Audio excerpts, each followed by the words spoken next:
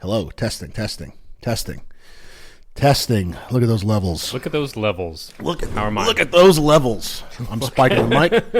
Look at those levels. Would you just look at those levels? Would you just look at it? Have you seen that video? The guy's like fake buying a car, and there's like this like obviously like actually autistic dude trying to sell the car, being like, yeah, and so it's like from the 90s, whatever, blah blah. Blah. And the dude who's like doing the prank is like, would you just look at it? And he just keeps going like, and the guy's like, yeah, and he's like, there's paint, and he's like, man, would you just look at it? Look at that paint. That's the autistic guy who's selling the car. Yeah, and the guy just keeps going, would you just look at it? And he's like, and I was just telling him, you just got to look at it, and just hitting the, would you just look at it over and over and over would again. Would you just look at it? Yeah, it's a pretty good video. Anyways, what I was just saying was that there's a video of, I think it's a Mexican guy, like a commentator, watching a soccer game, and he literally is like, they make a goal, and he drops, Spanish in general spoken quickly to an English speaking person sounds like God gibberish. Yeah, it sounds like nothing. Goal! Yeah, exactly. But he very obviously gets so excited he stops saying anything in any language and does start going, and it's because he's like, it's about to be a goal, and so he goes,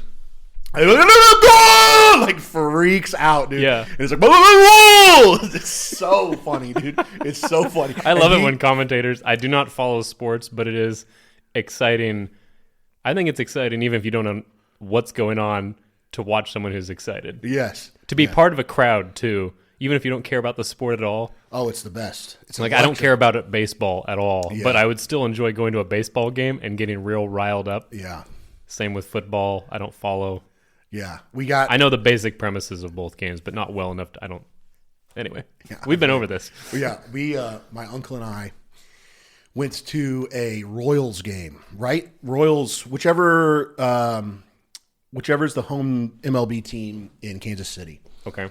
And we were there, and we set on the side for the outfielder on the, I don't know baseball, so whatever, the left-hand side, I guess.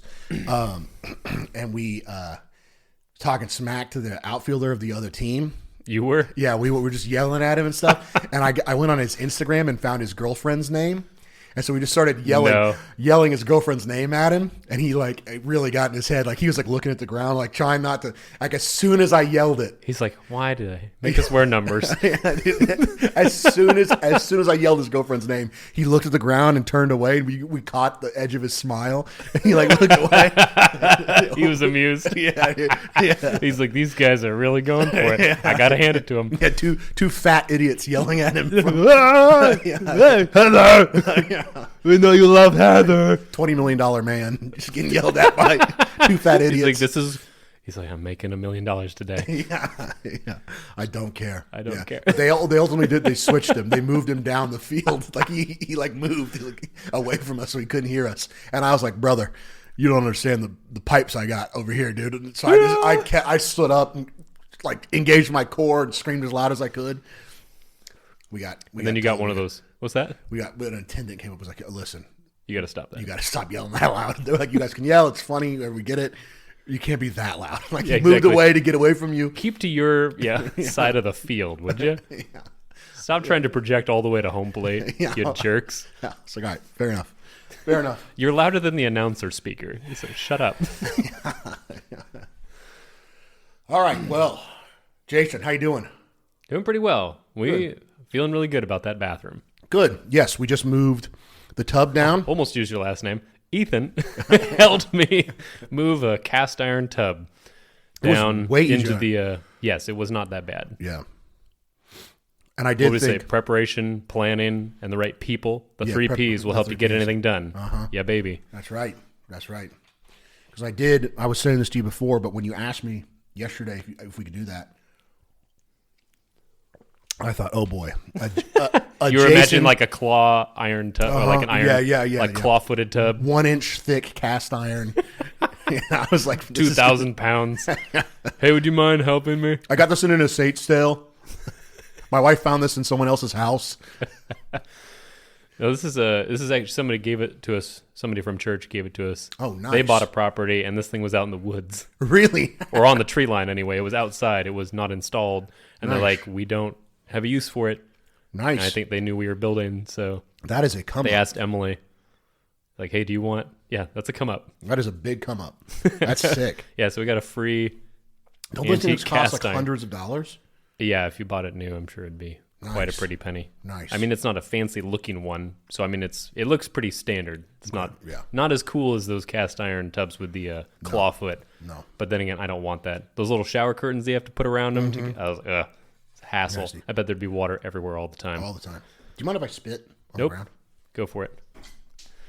It was really funny as our, our associate pastor. Yes. Yes. He was over here helping me for a day, and he absentmindedly just spit on the floor. and then I didn't say anything, but he was like a moment later, he's like, "I'm sorry, I just spit on your floor."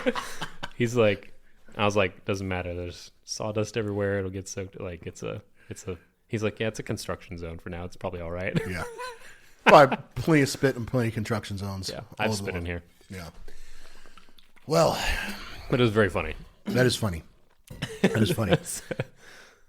Well, dude, I'll be totally frank. I'm not doing good. I've been better. I was wondering. My wife being gone. Dude, shouts out to the homies who are rocking no wife, no family. Don't know how you do it. She's just gone at her parents'? Yeah, she went to she went to Florida with her mom for fun. Oh. Yes, they own a spot in Florida. So they went up there. Do you want to hang out the rest of the day? We don't have to. Do you want to tag along with me? Want some company? No, I do have work I got to go do at the house. Okay. I got to go edit Chris and I's interview. Gotcha. I've been I got a procrastinating. big lawn to mow if you want to come just watch me. That's therapeutic, right? That's Watching okay. lawns be mowed. I'll You'll be all right? Yeah, I'll be all right. Okay. No, I bought Dragon's Dogma 2. Just came out this weekend. Great This is game. a video game? Yeah, it's a video game. Dragon's Dogma. Dragon's Dogma 2. Okay. Very good. Been playing that. I've been living the perfect guy life, dude. Not all it's cut out to be. I was in my head. I was like, all right, listen, it's gonna be fine. I'll just go frat guy mode. It's gonna be chill. It's gonna be a nice little break.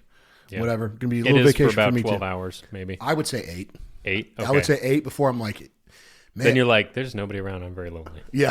the first time I was like stood up from work and I was like, all right, I'm gonna go take a break. I'm gonna go and get lunch. And I walked in the house and there was nobody in the house. Dead quiet. Yeah, I was like, Oh, this gosh. sucks. Yeah. I was like, Yeah. I want my child back. Yeah. Yeah.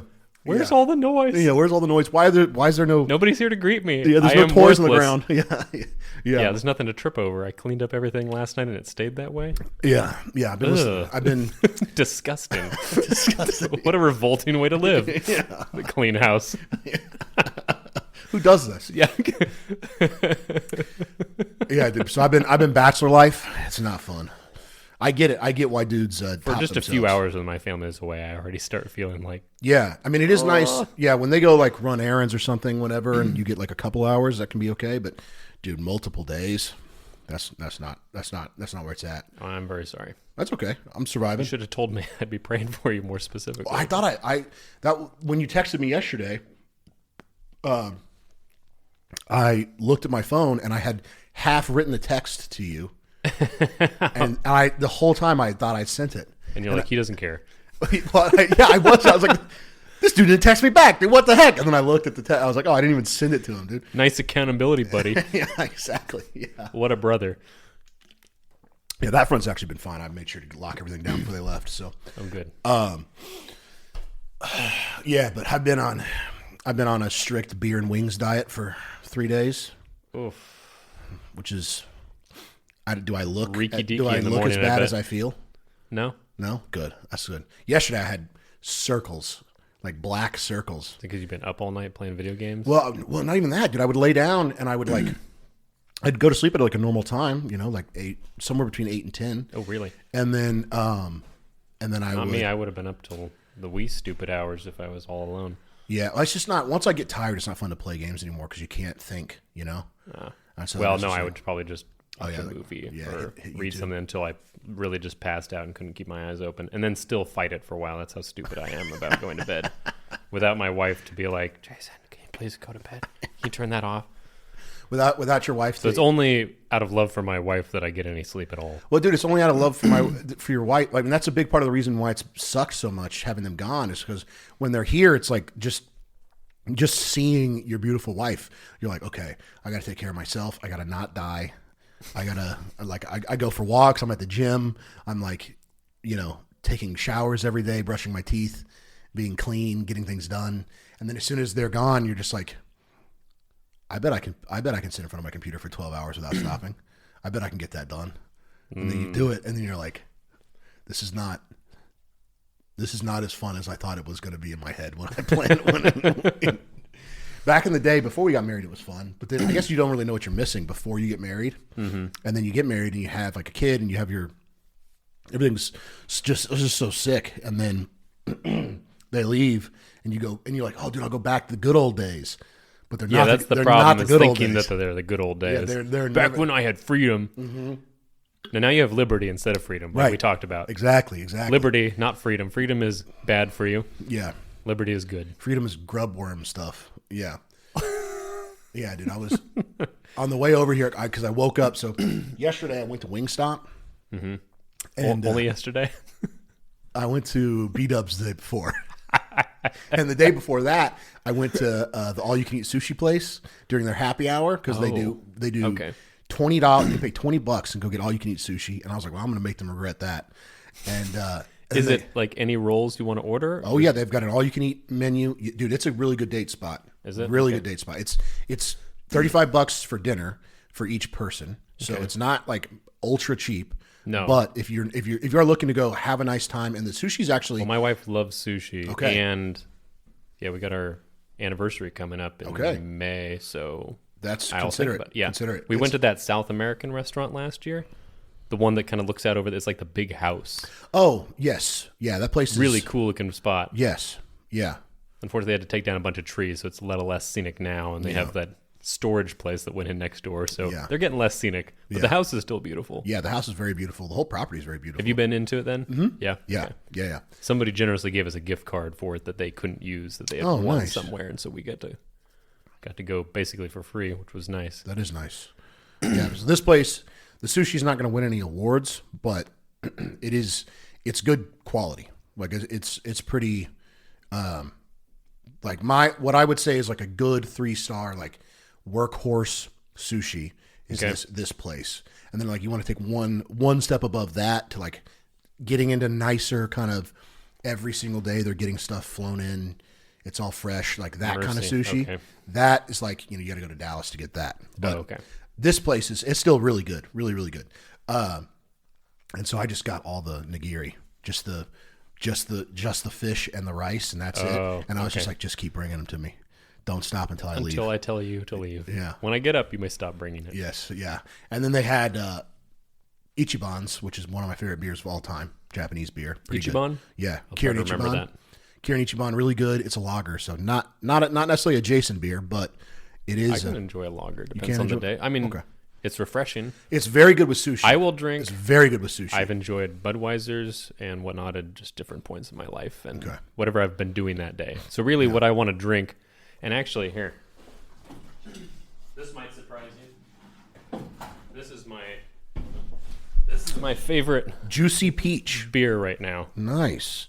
I don't think I've ever bought 2 6-packs consecutively of the same beer. Really? And this is my third one. Okay. Almost in a row. I bought one other in between number 2 and 3 only because they were out of it for like a couple weeks. Yeah. And I was like, I guess I'll have to get something else.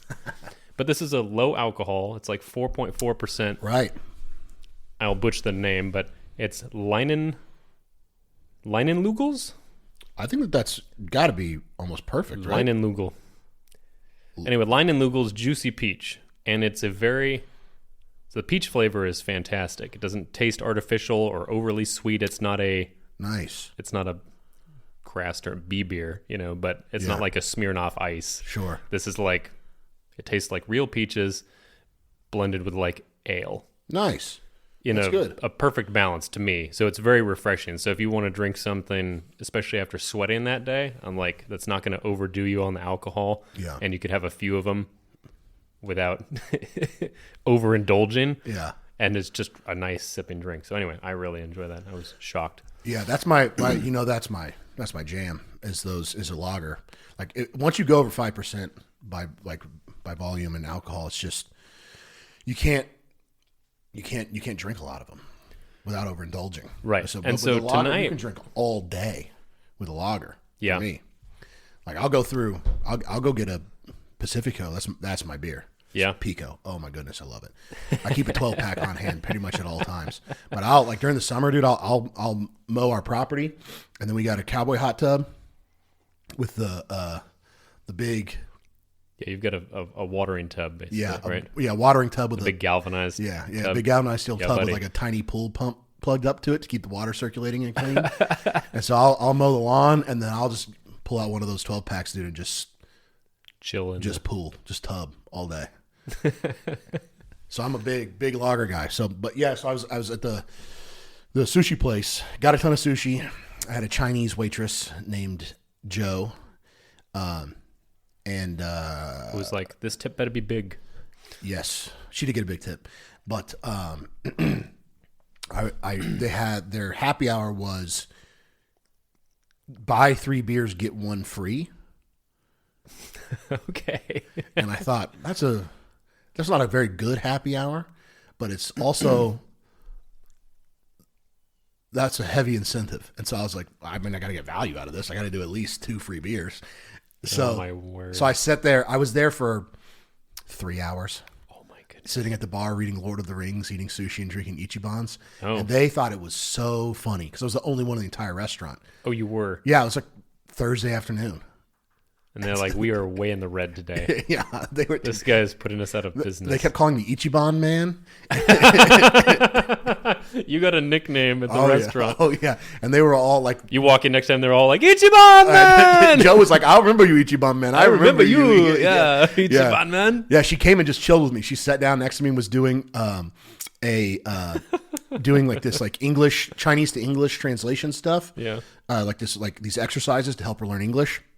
Oh, and okay. She had this like textbook, and the textbook was the front of it was all in Chinese, but it had the cast of Friends on it. Okay. As a picture. So it was like in a Chinese person's head, it was like, this is very American. It's like, this is the epitome of American culture, and like speaking English is the show Friends. Did the book have anything to do with Friends? I don't think so.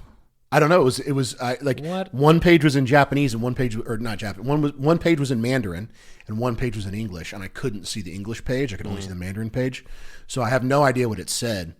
Maybe it was just Friends lines. It may have been helping you learn conversational English. Yeah, but so she's trying how to learn get into English. Fights with your best friend all the time. Yeah, and steal their girlfriend or boyfriend. What a show!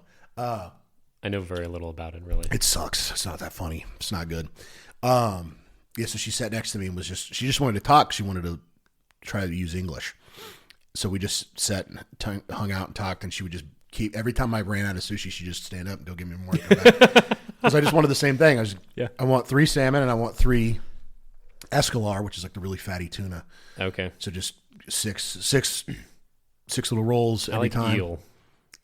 Eel's actually not my favorite. No, okay. No, but I'm a big fan of like clam. She brought me clam. Really? I'd not had clam before. She was like, "You like octopus?" And I was like, "Yes, I love octopus." And she was like, "Okay, you're gonna like clam. Get the clam." I was like, "Okay, bring me 3 clam." She did. Right. I'm never turning back, dude. I'm a clam man now. I know when it's in chowder, it's kind of chewy. Is it chewy? Like, what's the texture like? It's a lot like cooked octopus. So it's like it can get a little... It's really rubbery, isn't it? Yeah, a little bit. I've only had that a couple of times, and I was like, it was all texture for me. I don't know about flavor. It wasn't a highfalutin place, so I wouldn't be surprised if it wasn't the best. Yeah, this place is not that fancy, so it'll probably be the same experience if you get like a shellfish like that. Okay. It's a little chewy, yeah, little rubbery. But I really liked it. I really like that. I like that texture. Okay. Like that little bit of... Texture's a big thing in food. Yeah, for sure. We were just watching, my wife and I really like watching Worth It on YouTube. Never seen it. It was a BuzzFeed show. Okay. And episodes are like 10 to 15 minutes long. Yeah. And it's 2 guys who go out with their camera crew and whatnot, and they pick a certain kind of food. So sushi, for instance. We watched the sushi episode like a couple days ago. Okay. but they'll go at 3 drastically different price points. Yeah. So they'll try a cheap place that's like the everyman's. Yeah. And then they'll try a midland place, and then they'll try a high-end place. Nice. They'll do like, they did one that was like a donut, and it's like, oh, the $1 donut versus the $150 donut, because the $150 one was like wrapped in gold leaf and whatnot. So, and a lot of those higher end ones are silly in a way, like or they're like a family style one, or they're very, very fancy, or it's like or the proceeds go to charity. A lot of those, a lot of the ridiculously high priced ones are like a charity thing, or they have excessive amounts of truffle in them. So they have truffle or gold leaf, edible gold leaf, or they go to charity or both. Yeah. Interesting. But they talk with the chefs and whatnot, of the owners of the restaurants and whatnot. So it's very interesting, and they show the process. So it's a little bit like, almost like what is that, diners, drive-ins, and dives. Yes. You know, which I love. So they like talk with them about their food and what brought them to this place and what their method is and what the background, cultural background of how they got to that cooking style. Yeah. So it's fascinating. And the 2 guys are interesting to watch. They'll try it, and they'll talk about the food and whatnot. And they're not big, highfalutin guys. They're like regular dudes who really enjoy food. Yeah. And have a pretty good chemistry together. They're very different. Nice. So, fun show. Worth it. It's just on YouTube? Buzz. Yeah. That's sick. If you type in worth it, food episodes, then it'll pull up. There will be a playlist there of all the episodes of all their seasons. Okay. It's done now. They're finished, but... Yeah. I mean, that's kind of cool, though. You got all the episodes done and ready to go. Yep. Fired off for you. Yeah, you can just... The first 2 episodes are with a different host, and then they switched one of the hosts. So it's like... Get this guy out of here. They changed the white guy. It wasn't bad, but I guess he was really high energy like the other guy. I think that was the reason. I read some of the comments, and they're like, oh, I think it was, probably because they weren't a great blend. They wanted something a little bit different. Yeah. Something to mellow down the one guy. Yeah. Yeah. This morning, I stopped. I did the working man's stop again. I was like, dude, that did me so well last time. I'm going to do it again. Is that why? Are you switching to Zen from cigars for the show from now on? I might. Yeah, it's kind of nice. It's like a little easier to talk without having to like nurse a cigar. Yeah. But I had to have some energy. I woke up late. I slept through my phone alarm, and it was a good thing you did, because I wasn't fully prepared. I was like taping down those little little steps for the bathtub and whatnot, and getting stuff ready anyway. So I was like, it's fine that you're not here. The Lord looking out for us. Uh-huh. Yeah. So I woke up late.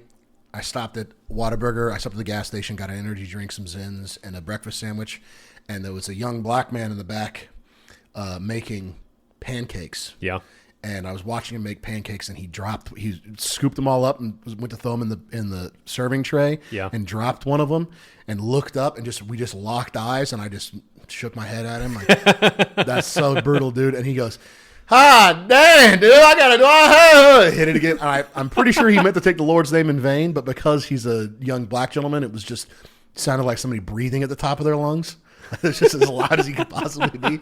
It was a moment. And I was like, I hadn't had my energy drink yet. I was like hollow, dude. There was no, like, behind my eyes, there was no human being. It was just a lizard, just full amygdala, all instinct.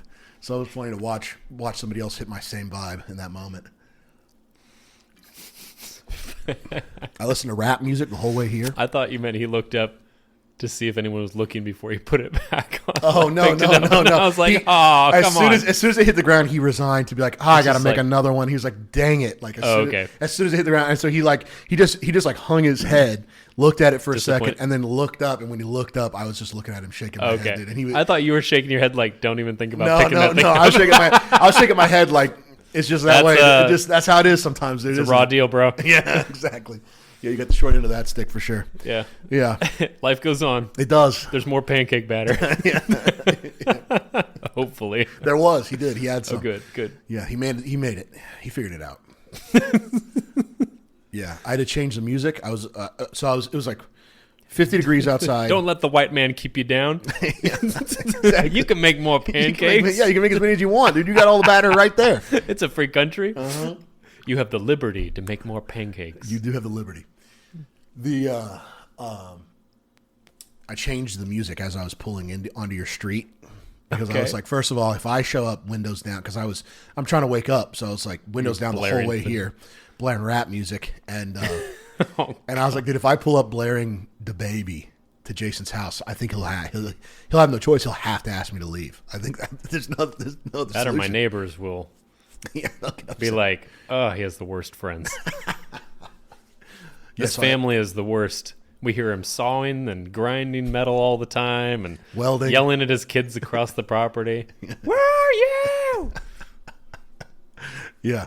And then on Saturday morning, she's got some hooligan pulling up. Yeah, so I some thug friend. Hat backwards, white kid in a 20-year-old Toyota. We have seen this before. This is the part of the... It's not good. Yeah. There goes the neighborhood. There goes the whole neighborhood. Yeah, so that was it. That's been my weekend. Well, it's not even my weekend. It's been half of my week. Yeah. So, it's been all right. It's been a time. It's been a time. It will pass. It'll pass. And you won't be eager to get home tonight after the meeting, I guess. I might go back. I might go back to the sushi place. You might be shutting down the... Oh, no, certainly. Go see Joe. Well, this is just like totally coincidental, but my cousin will be playing tonight at True-Vine. No kidding. Yeah. Oh, they got live music? My family will be there.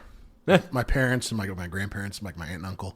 No way. So like while we're having our meeting, I'll just cool. look over and there'll be my family. Cool. Yeah. So it's exciting. It's going to be a fun time. It's also, dude, the sun was supposed to be out all day, which that's a danger zone for me, dude. Like 60 degrees on a Saturday, sun's out all day. That's the danger zone. Why is that a danger zone? It's just so much fun to get some Pacifico going. Stop by the Mexican grocery store, get some tablitas, get the grill fired up.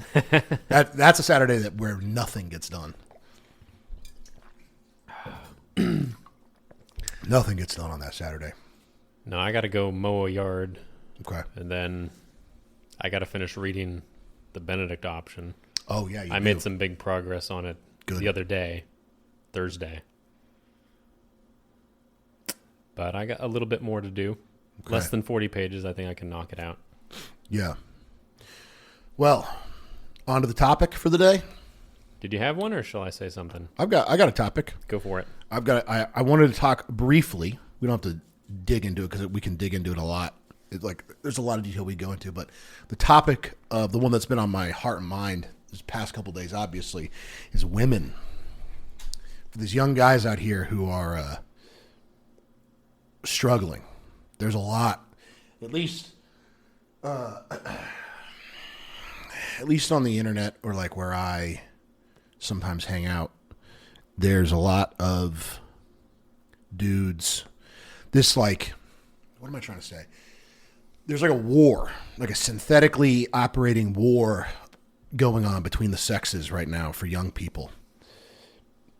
You know, like we talked about like the Whatever podcast. Oh yeah. And there's this like constant like I think it's driven by whatever the let me think if I can come up with a narrative here to nest this in. So in I would say like 2012, somewhere around there. You know, obviously like other people will know the timeline better, but the manosphere, are you aware of this? Mm-hmm. So these men's rights groups, men's rights advocacy groups, started coming around, and they're in opposition to radical feminism. In their like most practical sort of application that these groups operated in was around changing divorce laws. To be more equitable towards men. What? Why? Sad. I don't know, but that's the ground they have to retake, I guess. Yeah. I don't know. I would assume that the most equitable way to reimagine divorce laws is just to get rid of the ability to get a divorce. I think that's probably the best option. It might be biblical. It might be. Yeah. I'd have to look into it a little bit. I'm not dig into that one. Jesus was kind of ambiguous about it. You know how unclear God is about marriage and divorce. Yeah. Yeah. So these groups, they evolved, right? They got really mixed in with pickup artists. Are you aware of pickup artists? Do you know what that is? No.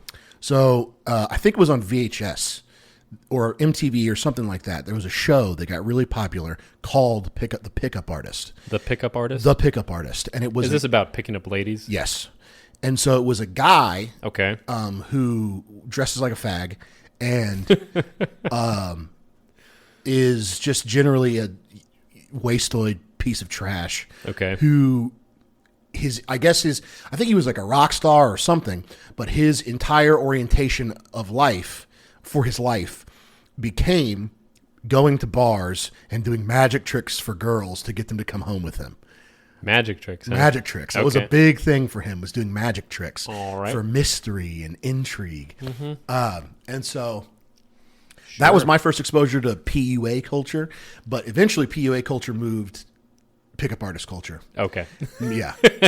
It moved. Ethan saw the look in my eye. Yeah, I just saw. Yeah, I saw the eye roll. Yeah.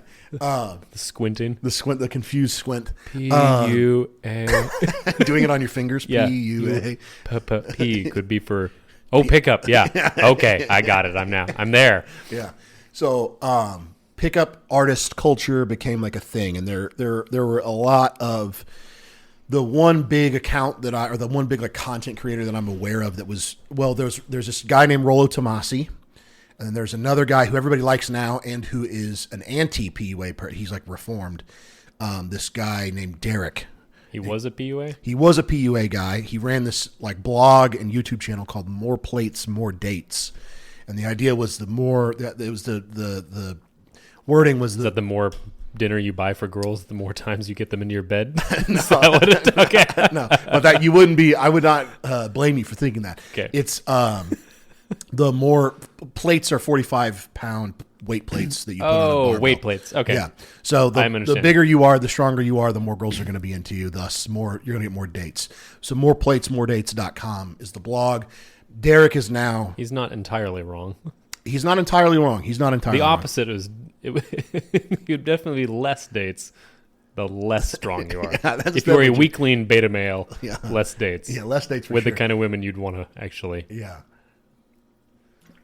And so PUA culture evolved. Alongside it evolved these sort of MRA, men's rights activists. Okay. These groups evolved. At some point along the narrative line, and sorry, I don't know why I feel like I'm out of breath right now, so I'm like having such a hard time talking. These groups merged, and from them was birthed maybe the worst possible, like self-help type guys on the planet. One of them, I think one of the big ones, is this guy named Rollo Tomasi. Mm-hmm. He wears a bandana on his head. And that's not a joke. He does it for real. In what kind of style is that? Like a biker. Oh, like a biker. Okay. Yeah. I got you. I was like, I'm thinking hoods or... No. Yeah, I guess bikers also. Yeah, biker. Okay. That makes more... I can see it. Yes, he's wearing a bandana on his head like a biker. He's like 50-something years old. Sometimes he wears a beanie. Yeah. Yeah, but it's like one of the hipster beanies that like is real big and long and like you tuck into the back. And like where it looks like an elf cap. Yes. So stupid long. Right. Yeah. And he's like 50. And he dresses like a 20-year-old gay guy. Hot. Yeah. It was real bad. Anyways, so this dude, it is the world that like Andrew Tate came out of. Is ultimately Andrew Tate is the British guy who's, well, I guess he's not British, but he. I was thinking Andrew Torba. I think Andrew Torba would be pretty upset if we said that he came out of that world. Yeah, that he came out I was of like, I can understand why he came out of it. No, that's why that's where okay. I was like, that seems like the opposite of what he'd be interested in. Yeah, it is. I think it is the opposite. Like he came out of corporate or tech. Yeah. Didn't he? Okay. Yeah. Anyway, Andrew Tate, though. Andrew Tate. You were about to tell me who he is. Andrew Tate is, I don't know. I think Andrew Tate is one of those people that I think it's probably reasonable to like shoot him or hang him or something. Oh, he's like that despicable of a person. So he was a very good world champion kickboxer. Okay. He retired and moved to like Lithuania or Romania or something, and opened up he became a pimp. Oh, okay. Yeah. So he and then he went online and started these classes Oh, to fantastic. teach guys how to get girlfriends, manipulate those girlfriends into becoming like Prostitutes? like OnlyFans girls, Oh, and then facilitating their business and taking a fee for that. gotcha. That was his business that he started. That's his business model. So a sort of technically legal pimp because it's not actually prostitution? Yes. Technically? Yes. So, which is just absurd that that's not considered prostitution. But Technicalities, man. it's crazy. You got a good enough lawyer. Yeah, somehow that's free speech. But anyways, I just thought of a really inappropriate joke I almost made, but just let that one die. Good on you. Yeah. That's growth. That is growth. That's growth. Yeah. I thought. When you think of a really good but really bad joke and Yeah. don't say it, Yeah. that's maturity. Yeah. On the way here, I thought about opening up this episode by just because of the vibe I was on, opening the episode by being like, hey, listen, this is not going to be a listen in the car on the way to drop your kids off at school episode. This is going to be a put your headphones on and listen to it by yourself type vibe. But the moving the tub took a lot of my energy out of me. So I downshifted a couple They gears. winded you a bit. Yeah, a little bit. I offered to do it afterwards. No, it's fine. We probably should have done it afterwards, honestly, now that I'm thinking about it. But Okay. at the time, it seemed like a good idea. Okay. I don't regret it. I mean, it's I'm over glad to now. have it out of the way. Yeah, exactly. That's I'm kind of not what thinking about it. Yeah, that's what I didn't want to have it looming. But anyways, Andrew Tate. So Andrew Tate is he's the guy. He's the he holds his hand like this all the time. You Okay. seen that guy? You Nope. know who Andrew Tate is at all? I don't think That's so. probably for the best. The but name sounds familiar. if I showed you but a picture don't- of him, you'd probably recognize it. Possibly not. But anyway, go That's ahead. true. Possibly not. Anyways, so Andrew Tate, he is in a lot of ways he can be pretty funny. Like he can make some pretty funny jokes, but he's a real big POS. Not a great person. And so he's like the epitome, the sort of like final evolution of this entire world. But from that world, Of pickup artists? the manosphere, I think, is what it's kind of referred to as. So it's just this there's this other girl. There's this girl named Pearl, and she is like the female Andrew Tate, basically. And she recently got kind of raked over the coals, rightfully so, luckily by the Christian right, for saying Wow, that okay. when your wife has a child, you should submit that child to genetic testing to confirm that it's your child. Wow. Think about that for a second. So that Because she just assumes that your wife is unfaithful? I guess so. I don't know. I have no idea. But that's the mindset that I'm trying to That she is in. that she's in, and that a lot of these people She's are like, in. well, I would have slept around. Right, something like that. I yeah. wouldn't have been faithful to one man, so therefore, Yeah, most women probably wouldn't be. yeah. I don't know. Something like that. You might not be responsible for the child then. Yeah, you're gonna leave. I don't know. I really don't know. So it's just rough. It's just really rough. And there's this constant sense of war between the sexes that is brought on by this mindset. And I think the kind of reason why it's so nefarious, and the thing I wanted to talk about with it, is that it's because it is making an appeal to some things that are true. It's very easy for them to make a lot of really good points that make sense and that get people to start listening to them. And then once they've established their authority and expertise, take it off the rails and just go somewhere totally inappropriate from there. And have people be like, oh, well, they were right about this, so obviously therefore, okay. Yeah. Keep following. Right. So, If you hear us go off the rails, say something. Yeah, or please. stop listening. yeah, you just stop listening. You just vote with your dollars. So the sort of the context, or not the context, but the environment that's created, like when you talk to, when I'm at the gym, I'm at the boxing gym, there are a ton of young guys there, obviously. And, they start talking about girls and how to interact with women, and they have little to no understanding how girls actually are. And it's just based off of like pickup artists. Yeah, and this pickup porn artist and stuff and porn and like PUA. Yeah, the PUA is the Andrew Tate, Pearly Things is her like internet name. And while it's, you can deploy their ideas and get a female attention and be, kind of a male slut. It does, like, being that way, appealing to like the PUA stuff. It will get you what you're looking for if that's what you're looking for. Right, hookup culture Stuff, but and girls who have been lied to in the same way or believe that's the only way to get male attention, or that's the only kind of male attention there is because they're not having they have no positive male. Yeah, they have no brothers, or like at least their brothers are also that way. And like their father was absentee or mentally or emotionally absentee, like all that stuff. So but it's like it's created this like Ouroboros, this sort of self-fulfilling prophecy where Andrew Tate tells millions of 20-year-old guys all over the country that girls are slutty and non-committed, and these hoes just ain't loyal, dude. They're just for the streets. And then the guys go out and play that out. And when they do, all the girls who are not that way are like, this guy's a retard. I don't want to get anywhere close to him.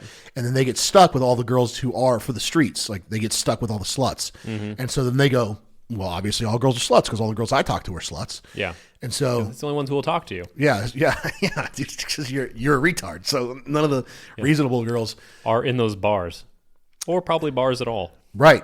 Yeah. Any bar. Yeah. Bars at all. Yeah.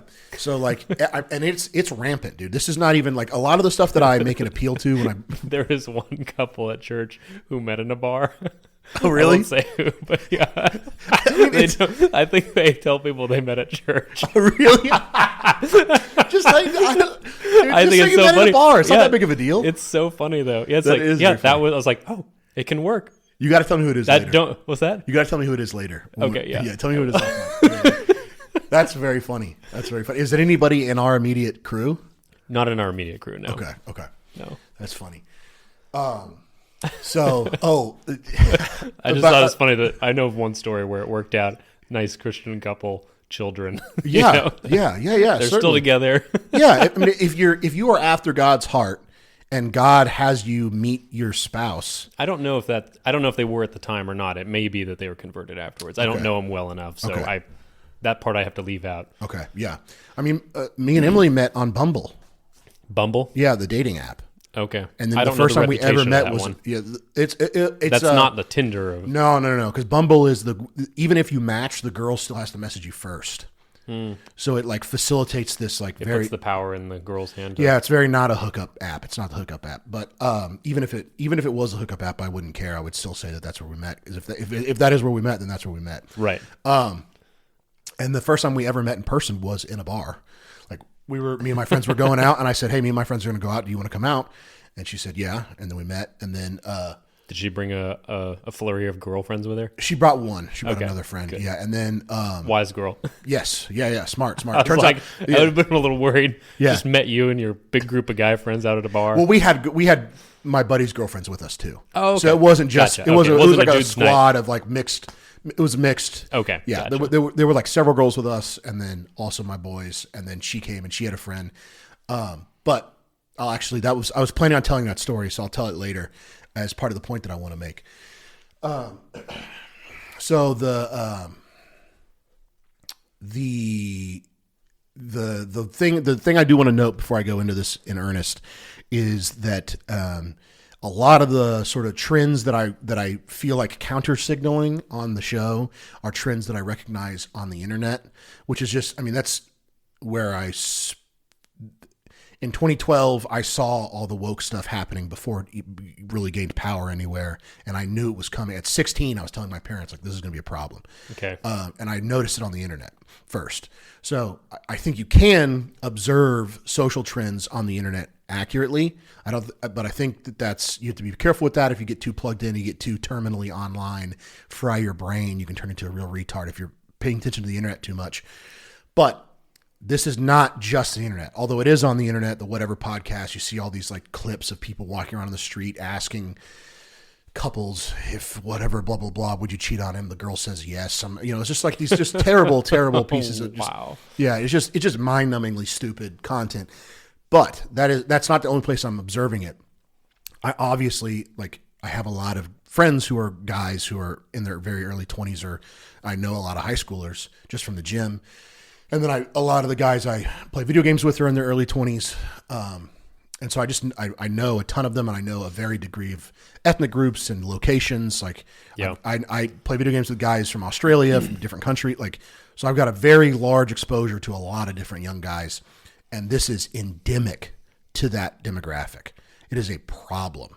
They universally are there's young, lonely guys who do not have long-term committed relationships, and in their head, there's one dude I'm thinking of specifically. I asked him, I was like, I know what he looks like. He's handsome. He's a fun guy. He is concerned with the well-being of other people. He's not, he has a good job. He's a aerospace mechanic for the Air Force. And so he makes I think he makes $85,000 a year. Good job. Wow. Got a pretty good skill. He works on planes. And so everything about him, he's handsome, he's nice, he's the cool, whole package. He's fun. He's a catch. Yeah. He should, by every measure, he should have a beautiful wife at this point. Mm-hmm. So I asked him about it. I was like, why do you not have a girlfriend? What's going on? And he was just like, dude, I don't know. Girls, I just don't want to deal with it. It's just, they're just all this, they've always got all this drama going on. And, you got to worry about this thing. Whatever. And just starts going to this Andrew Tate crap. And so I've been trying to talk him out of it and get him. This is a video game buddy? Yeah. Okay. And I don't know. He's not asking for my help, so I can't possibly help him. But I've been trying to change his mind a little bit. But anyway, so there's just this constant sort of warfare between the sexes. I keep saying that, but that's the only way I know how to describe it. Is that it feels like it's this competition, where there's the selfishness. Yeah. There's just getting what they can get while they can get it. Yeah, and as people, I think they're just so concerned that they're going to be hurt by their partner, that their way to defend themselves against that is just by assuming their partner can't be trusted. And so they just never... Which is not a relationship. Right, it's not a relationship. It's not anything to base a marriage off of or whatever. Nope, it's really just one-night stands. Yeah, it's empty and vapid, and I mean, it feels good at the time. So the thing I kind of... About 7 seconds. yeah, for about 7 seconds. The thing I wanted to talk about two things. One, I wanted to kind of give a little bit of background that I've not given on here before about my own experience in the past, and explain why that experience drove me to be the man I am today. And then also I wanted to talk, because we both have wives who the pickup artist stuff would just bounce right off of. Oh yeah. It just wouldn't even, I can imagine your Emily having somebody hit her with that stuff and being like, are you mentally ill? What is your problem? Why are you talking to me that way? Yeah, she'd be very turned off. Yeah. No, and it's providential that I didn't meet her sooner. Yeah. Because, and while I was not a pickup artist or anything like that, but I was not a responsible certainly person. Tall, handsome guy. No. Paramedic. No, I was not the kind of person who would have attracted her. She said so. Yeah. She goes, yeah, it's a good thing I didn't meet you then. I would not have been interested. Yeah. So Emily said the same thing. We went to the same college at different times. So she left. We had a semester of overlap. So she was there because I didn't get to the college that I consider where I went to college. I didn't get there until I was 21. Okay. And then she left right after the semester after I got there. But yeah, she knows she saw the group. she'd be like at Chipotle, and the group of guys that I was in would drive by in a truck shouting, all sitting in the back, and she'd be like, "What a despicable group of idiots." And I was I was like the guy. Right there. Oh, dude, I was the loudest guy. voice in there. Oh yeah, there was a time we Poster drove. boy for that truck. We drove past that exact Chipotle, and I was sitting in the bed of the truck, and I looked over at everybody at the Chipotle, and I pointed at a guy, and I went, "Hey, what are you getting?" And he goes, "What?" And I said, "What are you getting at Chipotle?" And he was like, just staring at me or whatever. And I was like, "Get the steak, dude." And like just drove, like just harassing them for no reason. For no reason. Yeah. I was like jogging once because I was in cross country in high school, and a school bus of kids came by, "Hey, what are you running from?" That kind of thing. Yeah. Just no response. There's no possible response you can get to hecklers. No, nothing. Hecklers are the worst. Yes. So the point that I wanted to make, ultimately, the ultimate point I wanted to make was T-shirt coming soon. T-shirt coming soon. Ish. Yeah, we'll see. We'll see how many listeners we can get. Tell your friends. Tell your friends. If you want a T-shirt, tell your friends. Yeah. So there was a time, not when I was never, I always thought the PUA stuff was like mad cringe. Always. Okay. But I was. You got that going for you. Yeah. I was a popular guy in my fraternity. I was very social. And I had a lot to do with the pledges. So I was very prominent. I was a very prominent figure. I got introduced to a couple people one time, and they went. And I'm not bragging. This is a story or a kind of narrative about how I was wasting my life. But I got like introduced to a couple people, and they were like, "Yeah, I know who you are." So I was like that. They knew of you. Yeah, they knew who I was, and so I've heard of you. Yeah, Your reputation precedes you. Yeah, my reputation did precede me. And so I had it. Like I had the my room in the frat house was 8 feet from where we threw our parties. So if I was having a good night with a particular woman, I could just be like, "Do you want to see my room?" Mm-hmm. Like it was like that. And so, right this way, baby. I used to, as a point of proving to like pledges. This is so embarrassing. There's a time in my life when I cared about what 18-year-olds thought about me. To prove to pledges that I was cool, my transitionary thing I would do to bring a girl from the party to my room to have privacy with her was I would say in front of pledges, I would say something as stupid as I could possibly think of to show them that no matter how dumb I was being, it would still. You could still. So I would say things to girls like, "Do you want to come see my posters?" And golly, what a fool! Oh my goodness. She'd be like, "Yeah." Yes, yeah. They'd be like, because it wasn't because they were just waiting for any invitation at that point. Yeah, and they were waiting for any invitation from me or one of my friends because spending time with us meant that you were a pretty popular girl. Yeah, so you were a status symbol. I was a status symbol, certainly. Yeah. So you could say whatever. Yeah, you could do whatever I want because that's what I'm selling them is status. It's not me. There's nothing to do with me. So, which was such a foolish thing for those girls to think. Interesting note about the female psyche. Right. Yes. And the male psyche. Yeah. Yeah. Males always trade status for female attention. Right. And so tell me, I was like, "You want to see my field? You want to see my field? Yeah. See my land? You want to see my bunker?" yeah, exactly. "Hey, babe, you want to live in a bunker with me? I've been welding.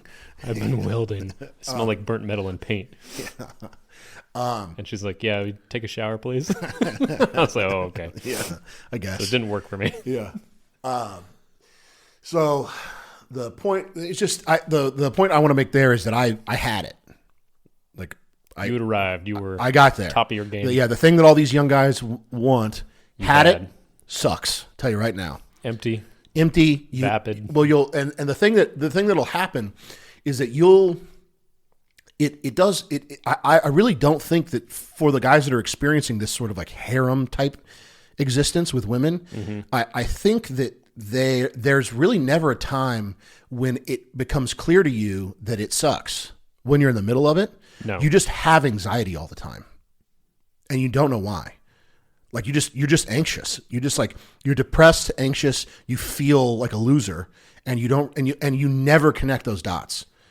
I think, and it's like the only thing that makes you think that you're not a loser is to engage in that behavior. To continue, well, because you're constantly trying to get a new girl, right? And then you get outside of it. You wake up the next morning. You have a hangover, or whatever, and then you're going to class. You're living your normal life. And you just have this like background level of like existential dread that you don't understand. And so it's really hard to connect those dots. And the reason I want to make sure that that's clear to everybody is that even to the guys who are doing it, like I've always thought it falls flat when dudes who are married, who are trying to advocate for families, say things like, the harem hookup culture, that's just not all it's cracking up to be. It's quite lonely. It doesn't feel good. I think that falls flat. Because I think that when you're in the middle of it, I think you think it feels quite awesome. Yeah. And it seems awesome, and you feel like the man. But it's not. Those are surface trapping emotions. When you're on the highs. Yeah, when you're on the highs, but and then when you're down, there's the valleys. Right, and you hit the lows. You have no ability to connect the lows to your behavior. You think it's something else. Like, oh, I'm anxious because I don't have enough money or because of this, whatever thing. You never realize that. Oh, bro, you just need to get laid. Yeah, you never realize that it's your like subconscious being like, dude, stop worrying about it. Have another beer, bro. Exactly. Yeah, and so you just okay. Yeah, I guess that'll help. So you're just self-medicating with sex and alcohol. Yeah, exactly. And status. Yeah, sex and status, and so you just don't. You really don't. Whereas, if you have the steady drip of a relationship that stabilizes you. You don't need the highs. Right. And you don't have quite the lows. Right. Yeah, and I would say it's like reversed. So like when you're like in the middle of hookup culture and you feel like the man and you're getting lots of girls and whatever, your day-to-day experience on the surface can seem like you're this sort of mogul, sort of Attila the Hun type king of everything, right? And your emotions any deeper than the surface will reveal that you're actually quite broken, insecure, scared, anxious, and the kind of reverse occurs when you're in a long-term marriage, because the surface trappings can sometimes be a frustration and because it's hard work, it's hard work, but you have a profound peace in your heart. Like the moments of silence where you're sitting by yourself in your car are quite joyful, as opposed to being like empty and scared, anxiety ridden. Yeah. And so you all of your other behaviors change, because you're not self-medicating anymore to stop yourself from thinking about how much you hate your own life. And so like, I used to think for a long time, I thought I was like an alcoholic. Like I thought I had like an addiction problem. But I didn't. I just had an anxiety problem. And I was just using alcohol to, once the anxiety went away, I didn't really care anymore. I didn't have to turn any kind of bottle. So I just stopped drinking that much. Right.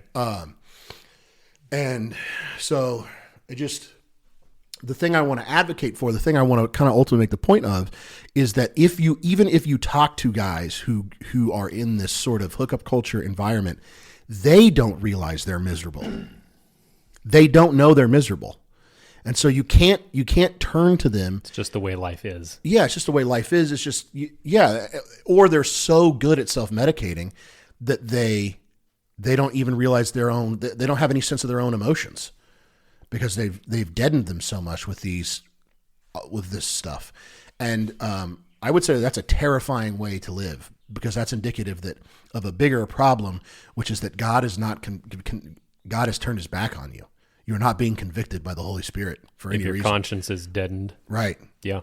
So that is a terrifying thing to think about. So if you're a young guy and you're trying to decide how you want to live your life, and you go to one of these dudes who lived the way I lived or lived the way that there's a lot of advocacy for living right now on the internet, and you go to them and you say to them, do you feel dread? Are you scared? Do you feel anxiety? And they go, no, dude, I'm the man. I feel great all the time. That's terrifying. That should, all your bells and whistles should be going off. That's the point I wanted to make. Like ultimately, before I dived into the point that the thing I wanted to talk about, which is how do you secure a woman that's worth securing? Mm-hmm.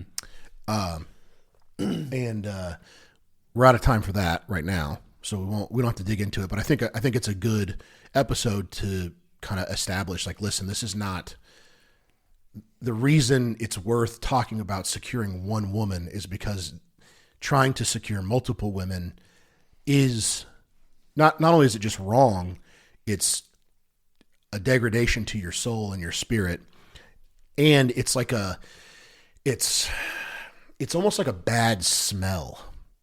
You know, when you first when something first is rotten in your house, mm-hmm. you can smell it, and then eventually you can't smell it anymore. Right, but it's nose deaf. Yeah, you become nose deaf to it, and but it's still this stinking thing that's causing flies. It hasn't actually gone away. Right. It hasn't actually gone away. You just can't smell it anymore. You don't see the symptoms anymore. Yeah, and it's going to cause all those problems. And other normal people are going to come in your house and be like, what is that disgusting smell? Dude, do you smell that? Yeah. No, I don't smell anything. I'm like, what are all these flies doing? It smells great all the time in here. Yeah, it smells fantastic. What are you talking about? You're like, what are all these flies doing in here? Which are probably the sluts in your life if you want to keep the metaphor going. Why are all these flies around you all the time? I want them here. Yeah, these flies are my flies. I like these flies. Yeah. Like, I have called them here. Yeah, I've called them here with Snapchat. They're here because they love me. Yeah, because they love me. Yeah, and so it's just a really it's a really terrible way to live, and living in this sort of like having this idea of opposition, like that's how you're engaging with the opposite sex, is that it's a battle between you and her, and somehow the act of having sex with her outside of a committed relationship means you won, which is it's conquest. Men are hunters. Yeah, men are hunters, and it feels like conquest. But I would suggest that it's you giving your strength to her. That's what I would suggest, that it is you forfeiting. You are Samson. She's cutting. That's out of Proverbs. Do not give your strength to women. Yeah. Okay. Yeah. Yeah. I think you're giving your strength to her. You are letting the Jezebel cut your hair. Whoever. What was the girl that cut Samson's hair?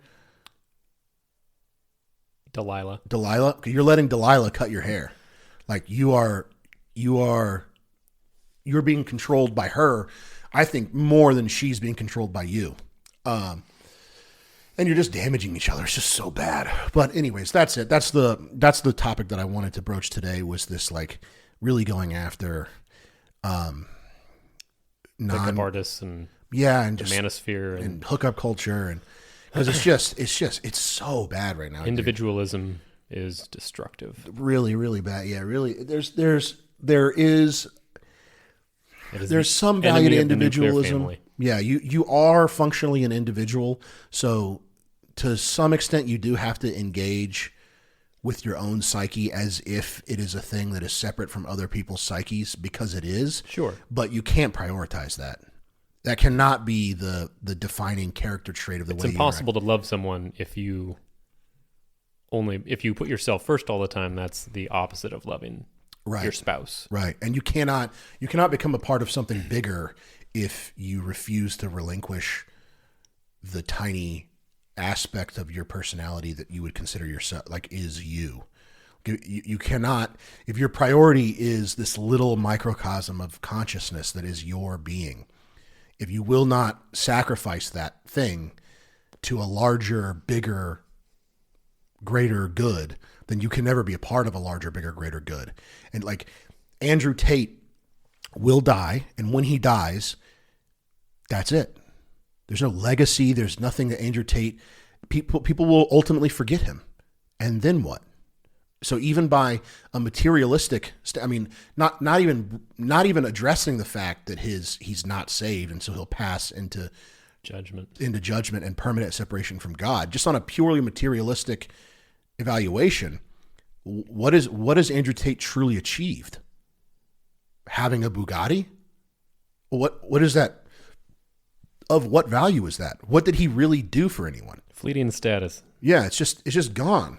And so I think it's like, it is retarded. It's like low IQ. It's like the most retarded, short-sighted, expedient way to think about things. The grass withers and the flower fades away. Yeah. But the word of God remains forever. Yeah. So you're just not, you're not a, I don't know, you're not a king. You're not getting anything done. You're not cool. It's not effective, but you're not building anything. You're just, you are effectively like a McDonald's worker who just exists to consume and then die. You're just a mouth. That's all you are. Andrew Tate is just a mouth. And then he just withers away, and that's that. Mm-hmm. So just don't be a mouth, you know? What's sad is that people like Andrew Tate may actually know that their way is empty in some way. Yeah. There was some couple, and I don't remember, but they advocated, I think, for like open relationships and all that sort of like very unhealthy sexual behavior for men and women.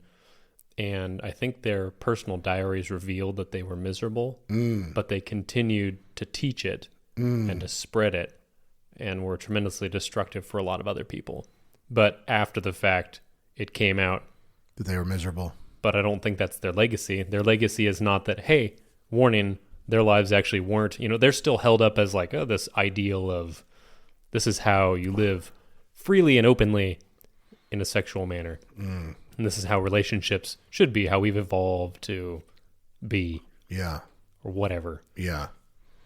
But they, in their own personal lives, in their secret moments, knew that they were missing something, or they knew that they were not happy doing what they were doing. Yeah. Yet they continued to propagate it and spread it and be influential in a negative way. So Andrew Tate may tragically know on some level that he is wrong. Right. And that it's not fulfilling, but continues for whatever reason, because he doesn't know any different or has no hope. Misery loves company. I mean, it's a cliche, but it's very true. It's very true. Yeah. He goes, I don't know how to actually be happy, so I will continue spreading this because it gives me highs anyway. Or it gives me status. It strokes my ego. Yeah. I think it's not, I think there is merit to the idea that people get this sense when someone's miserable, they try to bring other people down with them because they get this sense that if I can get other people on board for this, I must be right. I guess. What do you think Satan's doing? Right. Yeah, certainly. Satan knows he's going down. Right. He knows his fate very well. Right. He's not going to be surprised when he's consumed in hell. Yeah. At the end of the world. Yeah. He is only trying to bring down as many other souls as he can on his way out. Yeah. He is a dead man walking, so to speak. Sure. So, yeah. Heavy stuff. Obviously, his children would want to do the same thing because that's what he puts in their hearts. Yeah. Yeah. So, I mean, heavy way to end it, but I think that's good. Something a little sobering. Yeah. Yeah. Don't be a mouth. Be productive, man. Be a man, dude. Don't be a mouth. Be a man. Be a man of God. Yeah. Men sacrifice. It is noble and fulfilling and righteous to give up for a woman, not to try to defend a woman. Yeah, a woman. Key. The woman. Yeah, a very important part of it is that it's a woman. That is noble. That is knightly. That is honorable. This sort of like, I've got a Bugatti. What color is your Bugatti? Sort of, that's a very famous Andrew Tate line. Is it what color is your Bugatti? Yeah, people will like if you and I were to tell Andrew Tate that he's a fag or whatever and be like, dude, you suck. He'd be like, oh, what color is your Bugatti? And you would look at him and be like, what are you? Of what use is a Bugatti? Yeah, what do I care about a Bugatti? And he'd go, see, look at this loser, doesn't even have a Bugatti. I've got a Bugatti. And the sad thing is that really my Toyota is more reliable. Yeah. I can turn my and has better resale value percentage wise. Yeah, every time I turn the key on my Toyota, it turns on. And your Bugatti, you can't even necessarily get it to turn on. Can't guarantee it. Yeah, there are just a lot of like retarded European guys that logic works on. There's a lot of retarded American guys that logic works on. Never understood the car thing. I get the car thing, but I don't get like. I only get it to a small degree though, because it just seems you so quickly adjust to whatever your luxury is, and it becomes normal. Yeah. Or whatever your non-luxury is. You can live in squalor, and within a couple months, you'll be like, "This is the way it is. This is normal." Yeah. Even if your roof is leaking all the time, and you're like, Yeah, we put a bucket in there. We have to empty it every 7 hours. It's like that's just the way it is. Yeah. And the same way with the Bugatti, you'd be treating it as if it's a Honda Civic. Certainly. After a little while, you'd still be telling people it's a Bugatti, right, and flashing it all the time. But you getting into it wouldn't be like, "Oh, this is so nice" every time. Yeah. It's like it's no longer a high to have the nice thing. You just have the nice thing. Yeah, and I think, but that's like a greater point is like the people that chase that kind of stuff. Yeah, they do not have the capacity to. They are the people who least should have it because they do not have the capacity to recognize it for what it is. Like they can't truly enjoy it. So like I don't like my Sequoia. I still to this day every time I see that thing 2 years later, I'm like, hell yeah. I love that truck so much, dude. And it just, and that's if you, this is a, I don't know if there's anywhere that this is expressed in the Bible. I've encountered this in a therapeutic setting, in a clinical setting, this idea that if you cannot enjoy something, if you cannot enjoy the cheap version of it, if you can't enjoy the version of it that you can get access to reasonably, right, then you will not enjoy it when you have the expensive version of it. Okay. And another way I've heard that said is that if you want to see what someone will do with money, if they were to make them rich, look at what they do when they don't have money. So most people have this idea in their head that if I were to get rich, if I were to make it big on crypto or whatever the get rich quick schemes are out there right now, if I were to get rich, I were to win the lottery, I'd travel everywhere. I'd be such a better person. I'd do all this stuff. Yeah. That's not what would happen. You'd sit on your phone in your on your nice expensive couch. Mm-hmm. You'd just live in a more expensive version of the life you live right now. You would not do the things that like. I think that reminds me of the parable that Jesus told about the three servants. The master went away and he left one with 1 talent, which is an amount of money, then 5 talents for a different servant and 10 talents for the other. And the master came back after some time away, and he goes to the servant with the 10 talents, and that servant says, "Look, master, I took the 10 talents you gave me, and I made 10 more talents with it." Yeah. And he said, good job, faithful servant. And he gives him authority over like 10 cities or something like that. Right. And then the 5 talent guy also doubled it. And then, so he's given authority, he's rewarded as well. And then the guy with the 1 talent says, "I knew that you're a hard master and you reap where you do not sow. And so here's your talent. I saved it for you. I buried it in the ground. Basically, I did nothing with it. So here's what is yours." Yeah. And the master says, "You wicked servant," and condemns him basically for it. Right. And he said, "You could have at least put it in the bank. He's like, if it really is true that I reap where I do not sow, then you could have at least taken this to the bankers and invested it so that I could have had interest with it when I returned." But he said, take the 1 talent, give it to the one who has 10 talents, and throw this one out into misery. Right. Certainly. So there we go. 1 hour, 13 minutes. How you feel about that? Pretty good. Let's stop it. All right, cool. Guys, don't be a mouth, be a man. Enjoy your time. Have a good week. Have kids, take them to church. We love you. We'll be praying for you. We're out. Till next week. Bye-bye.